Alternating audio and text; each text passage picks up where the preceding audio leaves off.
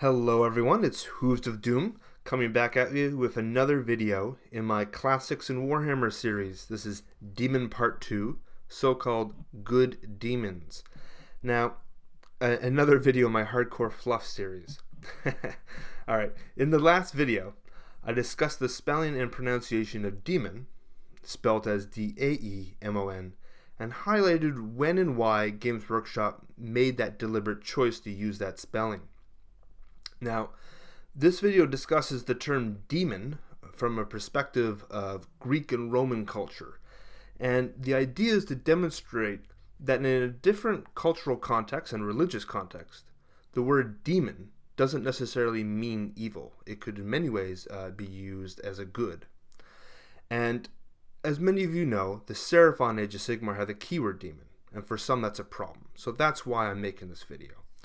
And I'm going to end the video going back to Warhammer with a discussion of how demons are conceived in Warhammer, how they essentially operate. And I'm going to argue that how the demons operate in Warhammer is consistent with the new lore for the Lizardmen. So this material is not easy to gloss over. I'm going to try to give you as relatively as superficial of an understanding as I can, while still providing you with the cultural context. And religion's always got a very complicated subject.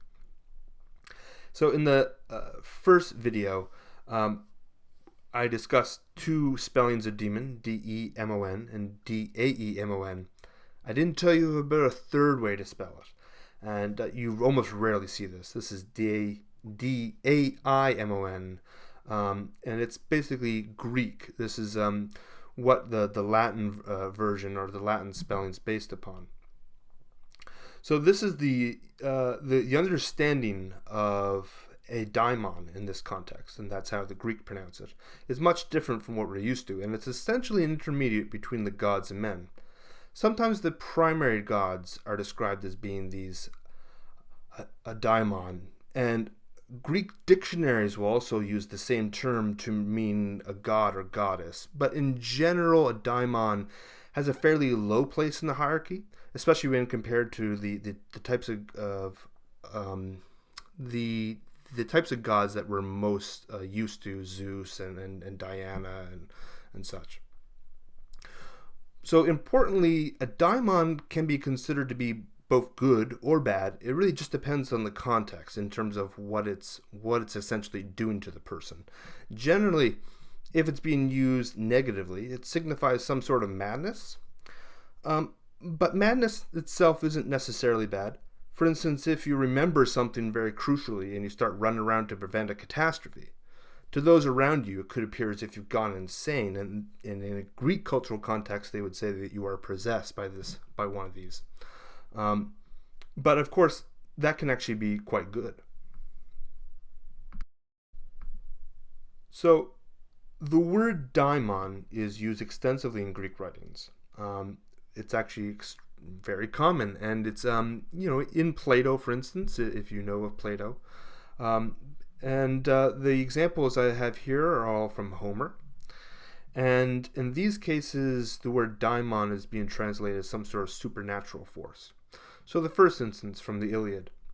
What kind of superhuman force has possessed you? You get from the sense of that it can change people's emotional states, that it can take over someone and make them kind of change their personality to an extent. In the second quote from the Odyssey, so we asked the superhuman force for a sign and were shown one to the effect that we should be soonest out of danger if we headed our ships across the open sea. So in this instance, they're able to ask one of these a daimon and receive indications of how to remain safe. The third quote from the Odyssey, I drew it out of the fire glowing with heat, and my men gathered around me, for a superhuman force had filled their hearts with courage. Again, here, it almost has a sense of changing the emotional state, but it's in a good sense. And lastly, from the Iliad, with the help of a superhuman force, I may persuade him.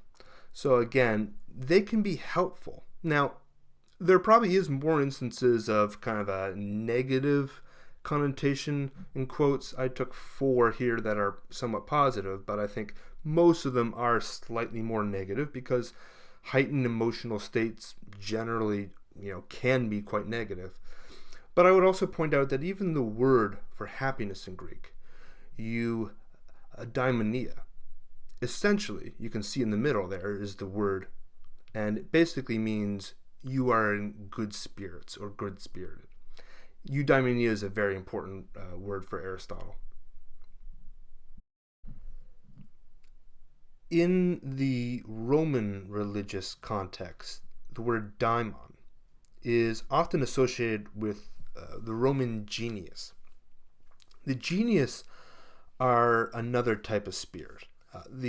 It's easy to equate Roman religion as equal or the exact same mirror as Greek religion, and that's not necessarily the case, but these two are very closely associated with one another.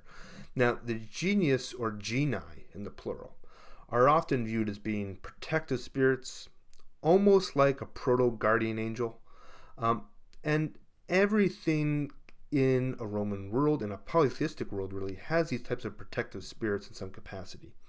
And there's always an effort to ensure that they are well appeased, so you perform all the necessary religious actions and such to ensure that they grant you that type of protection.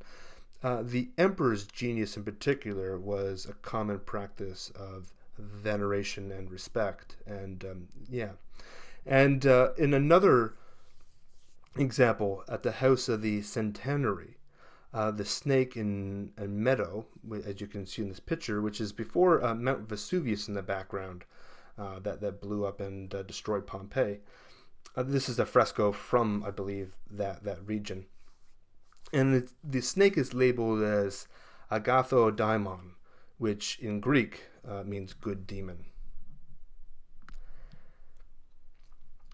So how did the term daimon or demon become purely negative in a religious context? This is a fairly, again, a superficial explanation.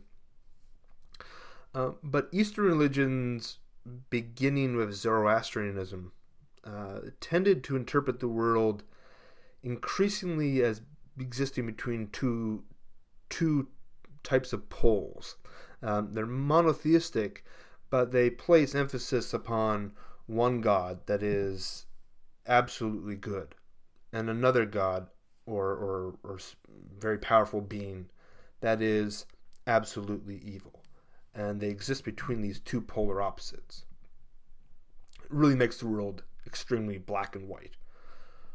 Greek and Roman religion viewed everything in gray. It wasn't quite that same dynamic. If you look at the gods of the underworlds, for instance, Hades, for instance, in the Greek context, he's not necessarily evil by any means, and he's not necessarily even opposed to Zeus. So how Greek culture spread into the East was through conquest. When Alexander the Great conquered the Persian Empire in the 3rd century BCE, he's not necessarily Greek, but he brought with his armies, and his armies brought with them Greek culture, traditions, and language. Now, as we all know, Alexander died when he was very young, and his generals divided the region among themselves, and they established Greek dynasties, essentially. So the Ptolemies in Egypt, right down to Cleopatra, are a good example of this. They are essentially a Greek elite that controlled the country. This transition took place, between the writings of the Old and New Testaments, and this cultural and linguistic shift is largely why the Old Testament was written in Hebrew and the New Testament is written in Greek. And that was when the word daimon became applied to describe a completely different religious context. And eventually, in this new context, the word became more used in a derogatory fashion. So the word daimon and demon became to mean types of spirits that were unclean or bad. And later, when the Old Testament books written in Greek translated into English and then Old English, the word essentially became often rendered as being a devil. Now, that's the type of connotation that we are familiar with today. So by this point, I've looked at the original context of the word, demon, and demonstrated that it can be used in different ways, and more importantly, that you can have good demons. Now, is this what the fluff writers at Games Workshop are playing with and manipulating when they're talking about the new Lizardmen? Probably not. But it might make it easier for you to understand that the word demon is not necessarily completely evil. Usually when it's used in Warhammer, it is from the Judeo-Christian context, but it still has that capacity to be viewed as being neutral or good. There is, however, another connection or reason why the Seraphon can rightly be described as being demons. And that's how Games Workshop or Warhammer conventionally use the word demons and how demons operate in Warhammer. If you look back at how GW has conventionally described the process by which lesser demons are created, there is some similarity there between Chaos Demons and the new Seraphon.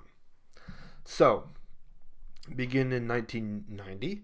As I mentioned in the last video, there are two main books on Chaos written about this time. I think the first one is 1988, the second 1990, or 1988, sorry, is that what I said? Anyway, they combine to form the two main principal books on everything that you want to know about Chaos in the early years of Games Workshop and Warhammer. And in the Realm of Chaos book, The Lost and the Damned, which is just a beautiful book, published in 1990, they write that demons are created by a chaos power in much the same way as his personal realm and his own manifestation. The demon embodies specific aspects of the power's own traits and abilities. Demons are really part of a chaos power, but they have their own consciousness and powers, and to all intents and purposes are independent and fully conscious creatures. They are dependent upon the chaos power for their existence. So there's always been this concept that they are projections in some sense of the chaos gods. And later in the Liber Chaotica, again, this is published in 2005, so an updated account. This is really the next big book about chaos. I think it's hilarious because it says in the beginning, for mature readers only. Just a little bit of a legal disclaimer there, I guess. So it says in that one, as any truly enlightened individual knows, the four great powers have their own pantheons of demons, given form by their divine masters, and are personified from and driven by a part of their master's will or personality. The essence that causes these demons to exist can be reclaimed by the power, should he wish, dissolving the energy back into the power from which it came. And that one's interesting because it really almost appears as if they don't have a whole lot of permanence. Now, what's interesting, if you look back at those old Realm of Chaos books, they talk about how the world was formed and such, and they introduce the old ones that we understand them. Except in that book, they're actually old Slan, and the Slan, as they were called, have always been placed as the antithesis of the Chaos Gods and the Chaos Demons. They're really almost it's hard to say that they're the exact opposite, but that they are designed to be kind of to have that type of role in Warhammer. So it isn't that much of a stretch to imply that they would have the same ability to manifest their armies and minions. Of course, in the traditional old world, that's not how it worked. But now we're in Age of Sigmar. So in the Order Battletome Seraphon, published last year, talking about the Slan, They describe them as beings of immense magical power. They have restored their armies, rendering them into existence. And then later it says, their Seraphon armies from distant memory through sheer magical might.